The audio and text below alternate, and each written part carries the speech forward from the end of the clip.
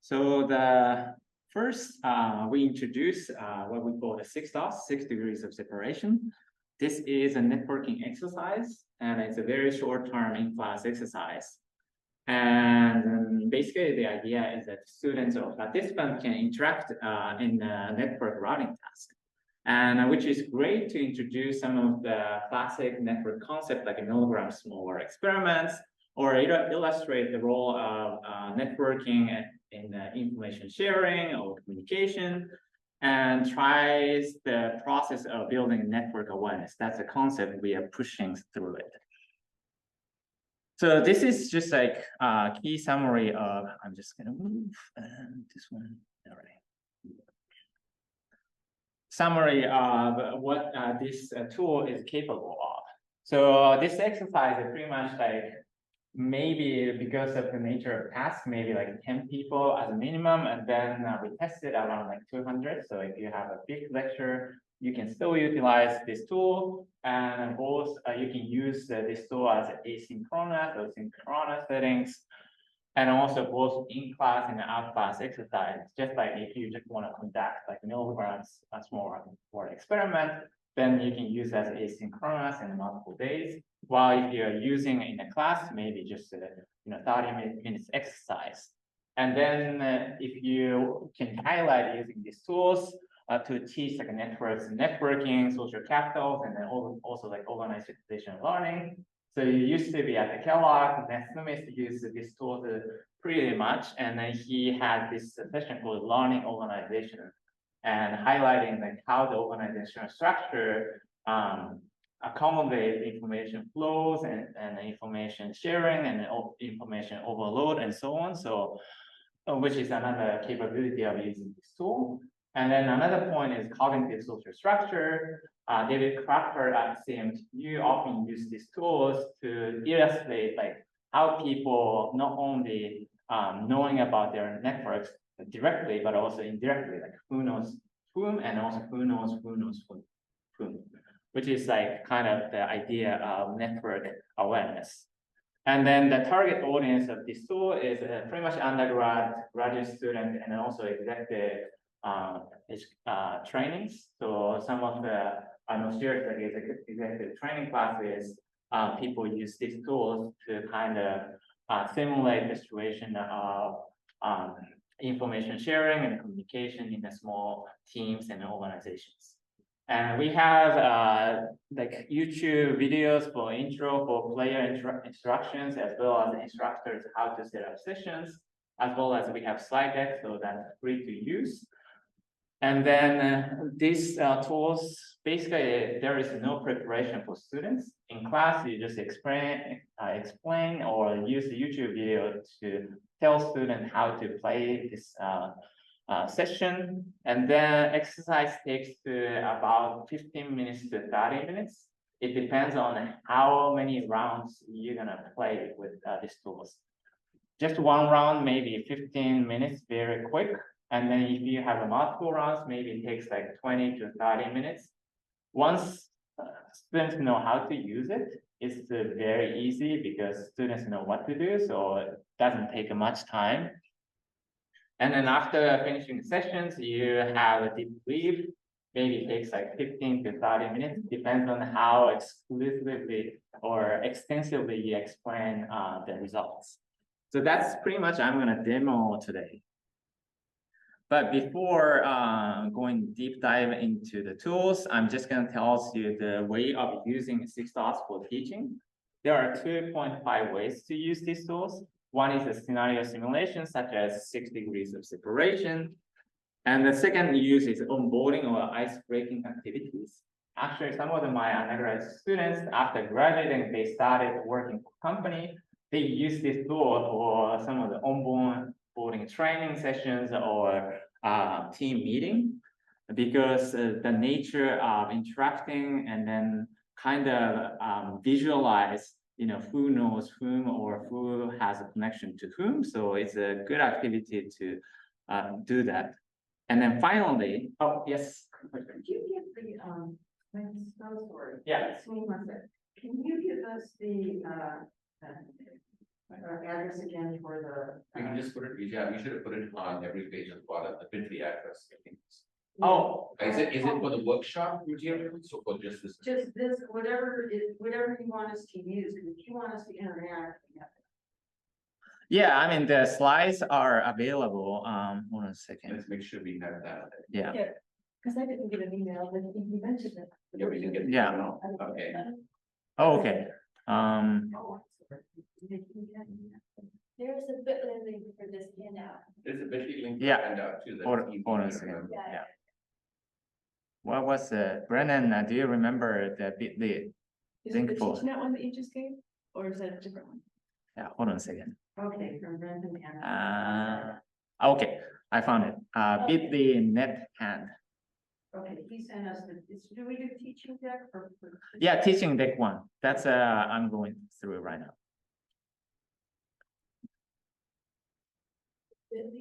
Oh yeah, net hand. NETHAND.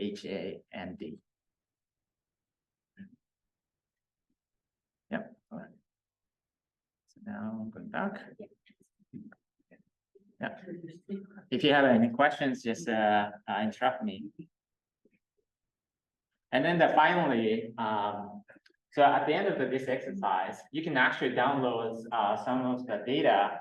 For example, who chose whom, or who related to whom. So if you want to develop some lab exercise and collect like a real student data, this might be the way to use this tool as well. So today I'm just gonna going through the next 20 minutes how Noshir and I typically introduce these tools so that you can see how we position these tools. So we introduced these tools to introduce the concept of what are the 6 degrees of separation. So the concept of 6 degrees of separation is anyone in the wall is connected by any other person by 6 degrees. And that's why we say like it's a small world. And this concept was proven by the Sandy Milgram's classic small world experiments, where 290 starters located in Omaha. At that time, Omaha was considered as the edge of the world from Boston. Can you believe it? And the task is that these 290 starters receive the packets saying that, oh, this packet needs to go to Trevor, who is a stockbroker in Boston. And the task is that they need to send this packet to a person who is on the first name basis. So, for example, I cannot send it to someone, for example, Elon Musk, because I don't know Elon as a first basis as a friend.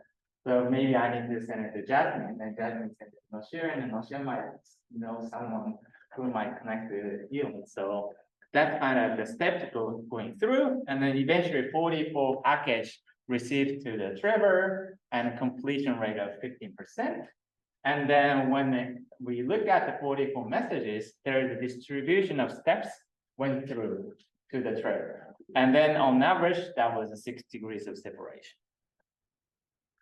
And then usually we give students this type of engaging quiz afterwards, which is a funnelling effect. 60% of transmission pass through the 4 people. And then we ask what are the professions of these people. For the sake of time, just give you an answer right now. So it's a trick question because there are 2 travel salesmen in the answer.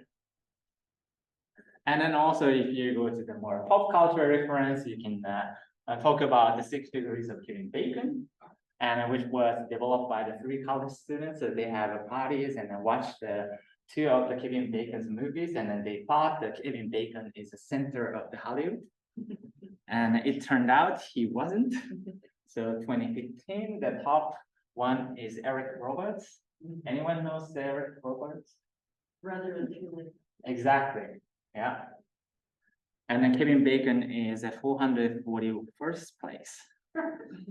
So he is not the center in Hollywood. And then fast forward 2017, probably everybody used Facebook, or I don't know anymore, but Facebook look at the 2 billion users And then what they found was that on average, in the Facebook, people are 4 degrees of separation instead of 6 degrees of separation. However, this approach has a problem because what we call the topological view, basically Facebook has got idea of the networks, and then they try to find algorithmically the shortest path towards every person. But in reality, you need to navigate the networks. It's a different task because smaller experiment, people had a local idea of what the network structure looks like, but they don't have a global idea network structure looks like. That's basically introduced as this idea of network aphorisms, which is networks is not about what you know, it's about who you know. And then cognitive social networks is about, it's not who you know, it's about who they think you know. And if you keep expanding, the knowledge network is about not who you know, it's what they think you know. And that's introduced these imaginary social networks where you have 3 connections, Jim, Dorothy, and Sarah. And then the question now is, how can you message Jacob using one of your direct contacts? And then just imagine, you're imagining this type of networks, right? So you have a direct connection, Jim, Dorothy, and Sarah, and then you perceive there are indirect connections from Dorothy to Jacob, and then Dorothy to Amir, and so on. But in reality, maybe Jim doesn't have a connection to Dorothy, and also Dorothy doesn't have a connection to Michael, but Jim and Sarah might have a connection which you not perceive it. So we introduced the concept called network awareness, which is defined as to what extent you have a precise knowledge of the network you belong to. So now, if you are going through this task of routing a message to Jacob, you have 3 options. The first option is you use Sarah. And then Sarah sent it to message to Michael, and then Michael sent it to Amir, and then Amir sent it to Jacob. It takes 4 steps. Option number 2 is sending to Jim, but the Jim option is taking more steps than the Sarah option. And then most efficient path is using Dorothy because Dorothy has a direct connection to Jacob.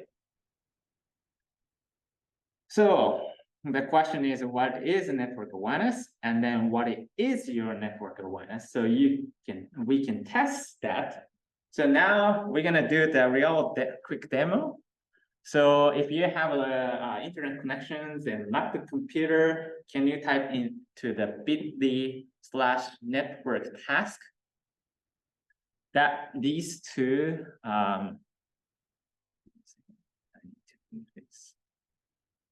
this 6 dots page.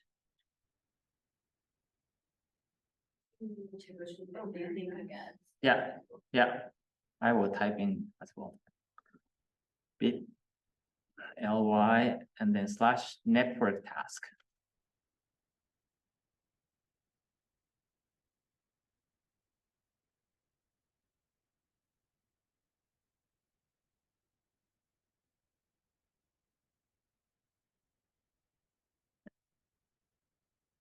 And then once get there, just click on get started. And then ask your first name and last name and email.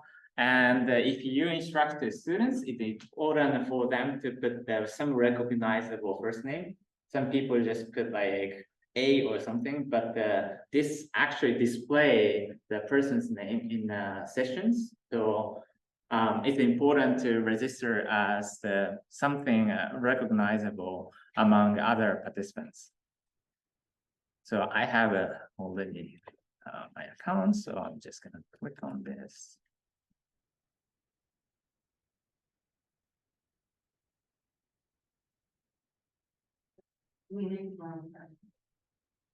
I'm sorry? We make up our own password. Yeah, whatever. Yeah, probably just for today it's a one time, so.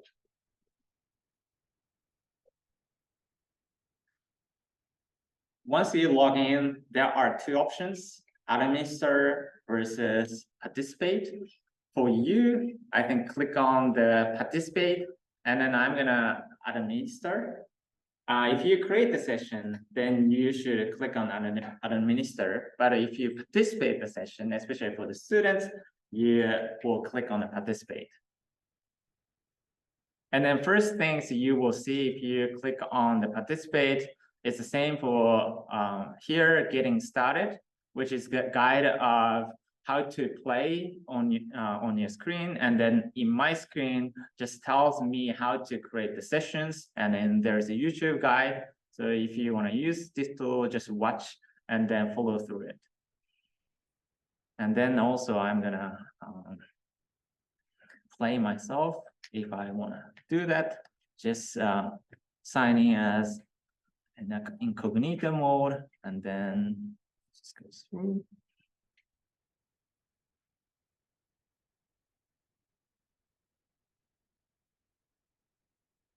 Yeah, so the first things that you see the session key, which right now it's not available because I'm gonna generate one soon. But this is kind of the key for this activity. Those who share the session key go to the same session, so that the other players are together in the same session key. For example, if you have a large enough class and then you want to divide it into the groups into 2 or 3, it's possible to do that. You just need to generate the different session keys and then give the students in a different session keys. Those who share the session keys into the same session, and those who are in a different session keys go to the different sessions. Any questions so far? And now I'm going to create your session. So I just give it name Sunbelt Workshop. And then there is information about each of them. So if you want to learn about, for example, there is a 2 version of 6DOS actually exists. One is called the person version of it. This is very close to the what the 6 degrees of separation experiment. And then the other one is called attributes. If you are interested in concept of, like, for example, transactive memory systems like TMS, you can do that because the attributed version is basically the you ask questions of skills, and then the players trying to find those players match the skills.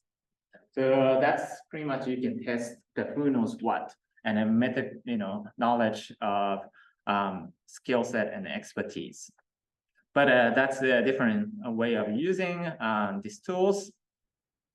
And then another things that you can add is the questionnaires. I'm just going to use the pre-existing one, just add, or you can generate whatever questions you want, and then done. And then the so 6DOS actually can use for the research. That was my dissertation.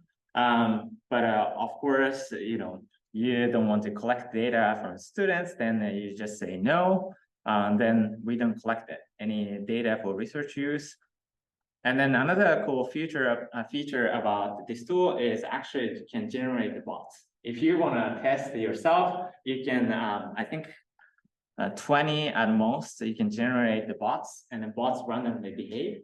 So you can add like artificial players into the game. Or you don't want to play and then just want to see the result, you just play with the bots. And then other useful stuff exists, but that's additional stuff.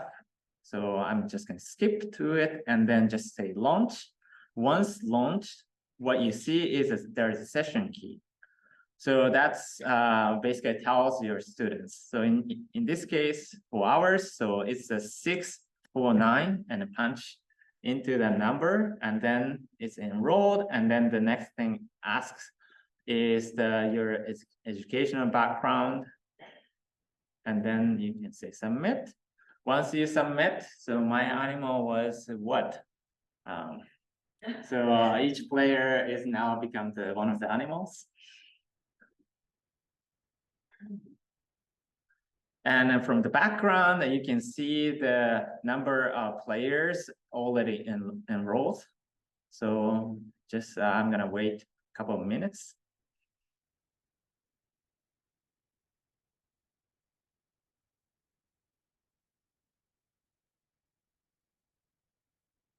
Brandon, oh yeah, Brandon is here. Anyone else is going to join? No?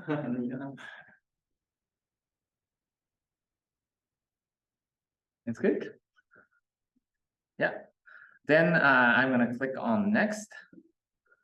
And then next thing is you need to decide is a number of contacts that each player can choose.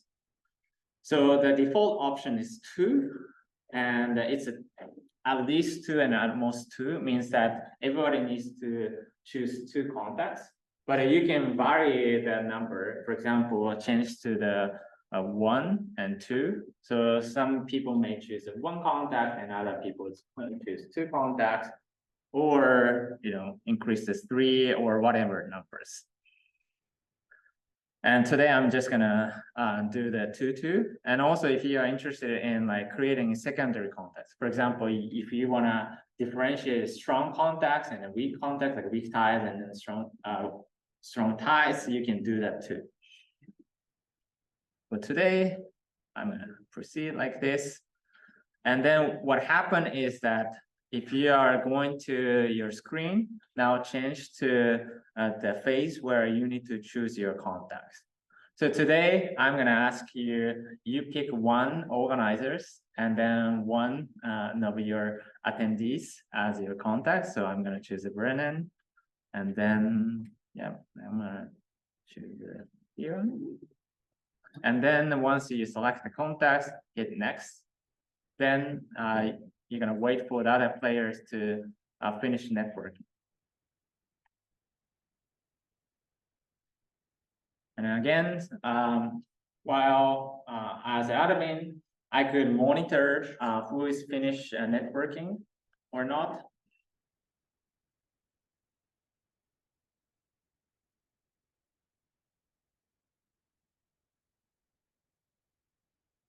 Right? We are waiting for 2 people. Yeah, I should put social science. Yeah. Attributes, right? Disciplines. Yeah. There's no social science. Oh, sorry. You can add that. Oh, we can add that. Yeah, manually. Yeah.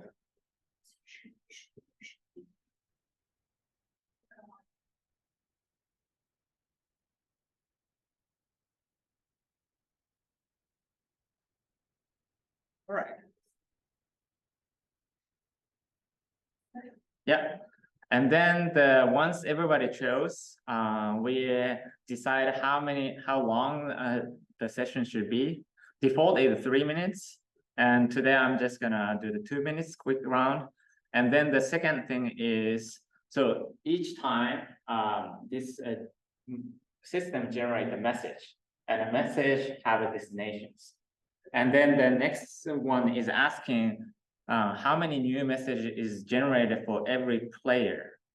And the default is 1 minute, but I'm just come down to the 30 seconds because it's a short sessions, and then I want you to engage more. And then there are other options. For example, you can do the count delays and so on. And then the final things that we need to select is the degrees of separation. Unfortunately, it's such a small network, so I think some people have a direct contacts and so on. And if you have a much larger audience, then the degree of separation is becoming larger. And like you see usually 4, 3, 4, 5, but the 10 people choosing 2 contacts, this often happens. And then there is an explanation of that.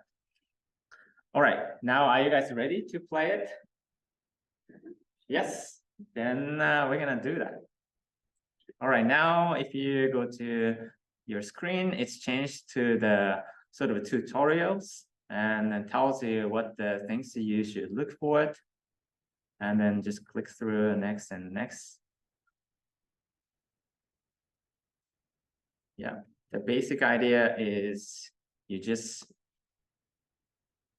pick one contact and then send the message.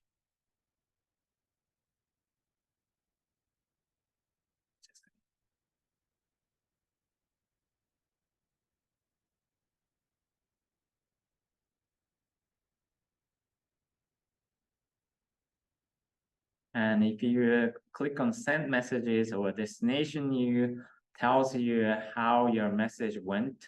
And then if you're the target of destination, whether you receive these messages or not.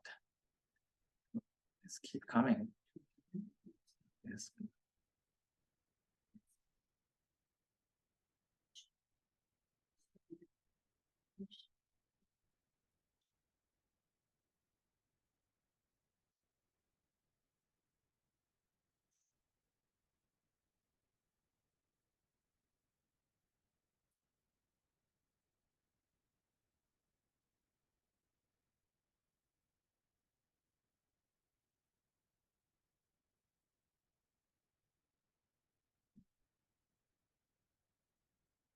All right, 20 seconds.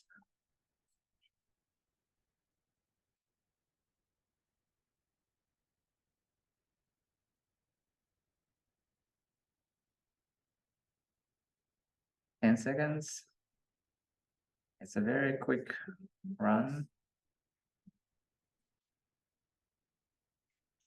All right, now it's finished the session, and you have two options: the view results, or you can ask students if they want to run another round.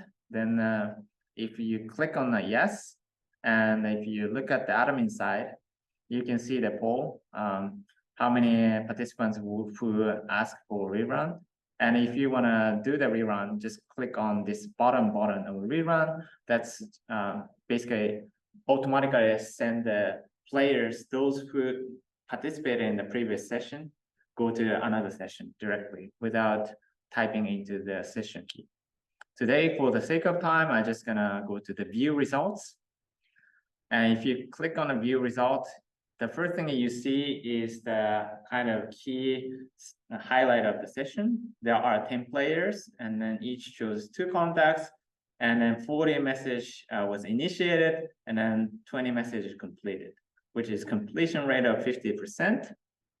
And then if you click on the next tab called the contact network, this was a network visualization of what this choose network look like. So I'm the hub connecting the almost the 2 components of the network. And then you can highlight the person and then moving around. Right. And then also here, you can change the circular or cluster layout. And also if you click on the download network, you can actually download the network of this as a CSV file. So you can do some network analysis on your own.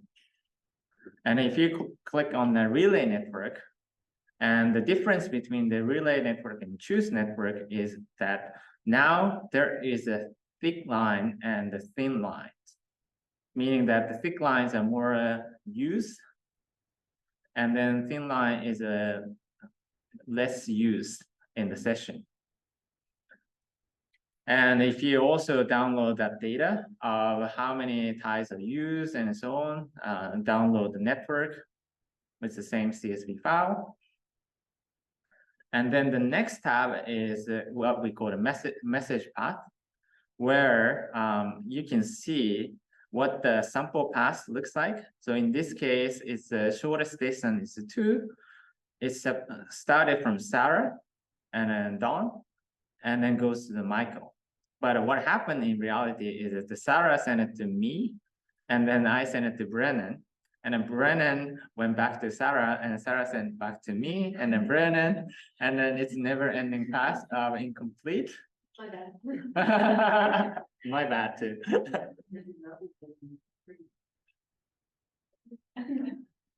And then some of the great example is this completed one. So there is incomplete and completed, right? So completed one, this is supposed to be a 2 pass, and then what happened is yeah. So Verena can send it to me, and then me send it to Payne. But what happened is Verena sent to Shelby, and then Shelby sent it to me, and then me sent it to Payne. So this is a great way to highlight, how students or players imagine the network looks like, and they use the network to share information. And then finally, the last tab is called participant matrix, and where we have the network awareness as one of the indicator. So Michael, congratulations, you relayed 5 messages. And out of 5, you use the shortest path towards the destination. So your network awareness score is 100%. And also Dawn, you have much more messages, but every message is you chose the contacts who are on the shortest path towards the destination. So that's why it's 100%. And then also you can click on the names, and then you can see some of the network metrics.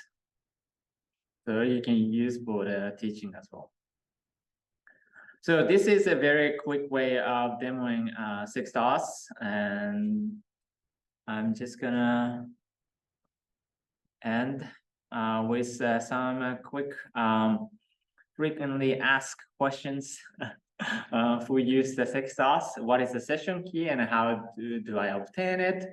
As I demonstrated, session key is generated if you administer the session.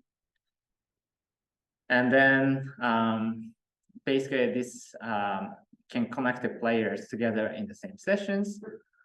And also, which browser should I use? I think just avoid Internet Explorer if the students are going to use.